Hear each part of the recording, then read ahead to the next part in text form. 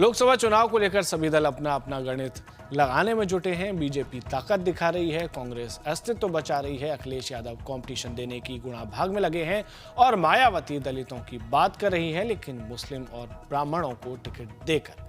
ऐसा हम इसलिए कह रहे हैं क्योंकि मायावती ने जो टिकट बांटे उनमें 5 मुस्लिम, 4 ब्राह्मण और एक जाट, ओबीसी और क्षेत्रीय नेता शामिल हैं। थोड़ी सी पृष्ठभूमि समझ लेते हैं, फिर खबर पर आगे आएंगे। आपको याद होगा कि अकबरपुर संसदीय क्षेत्र में बहुजन समाज पार्टी यानी कि बीएसपी परिसीमन से पहले और परिसीमन के बाद से बेहतर करती आ रही है।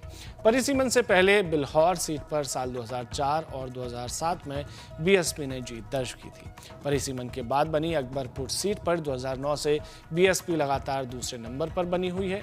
पिछड़ा और दलित बाहुल्य सीट पर बसपा इस बार नंबर 2 को नंबर 1 में बदलने की कवायद में लगी है।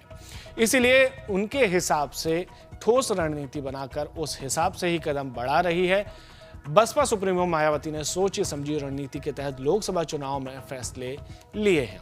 पहले उन्होंने संगठन में सर्व समाज की भागीदारी सुनिश्चित की, उसके बाद INDIA गठबंधन से अलग अकेले चुनाव लड़ने का निर्णय लिया ताकि आधार वोटरों को एकजुट किया जा सके। फिर गांव चलो अभियान में गांव-गांव जाकर बूथ मजबूत किए। अकबरपुर लोकसभा क्षेत्र पिछड़ा और दलित बाहुल्य है, जहां ब्राह्मण वोटर निर्णायक होते हैं। ऐसे में ठाकुर वोटरों को कमतर नहीं आंका जा सकता है।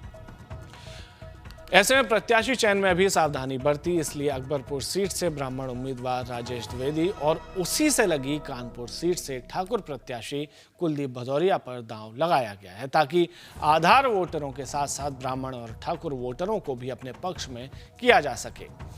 बसपा ने प्रत्याशी घोषित करने के साथ घर घर कार्यकर्ताओं को भेजना शुरू कर दिया है। जनसंपर्क कार्यक्रम शहरी क्षेत्र से लेकर ग्रामीण अंचल में तेजी से चल रहे हैं। इसकी जिम्मेदारी विधानसभा सेक्टर और बूथ कमेटियों को दी गई है। बीएसपी जिला अध्यक्ष राजकुमार कप्तान का कहना है कि चुनाव संचालन समिति सोमवार को बनाई जाएगी। इससे पहले अकबरपुर संसदीय क्षेत्र के प्रत्याशी का नाम तय किया जा चुका है। सोमवार को कार्यक्रम आयोजित विधिवत घोषणा की जानी है। हालांकि खबर लिखे जाने तक ये विधिवत घोषणा हुई नहीं है। अब थोड़े नंबर भी समझ लेते हैं। मोटा-माटी आंकड़े देखें तो इनके मुताबिक दलित वोटर 4.50 लाख यानी कि 4,50,000, जबकि पिछड़ा वोटर 4 लाख है। इसके अलावा 3,25,000 ब्राह्मण और 1,75,000 ठाकुर हैं। अब इस लिहाज से बसपा का गणित ठीक बैठ रहा है या नहीं, ये बात आप हमें कमेंट में बताएं।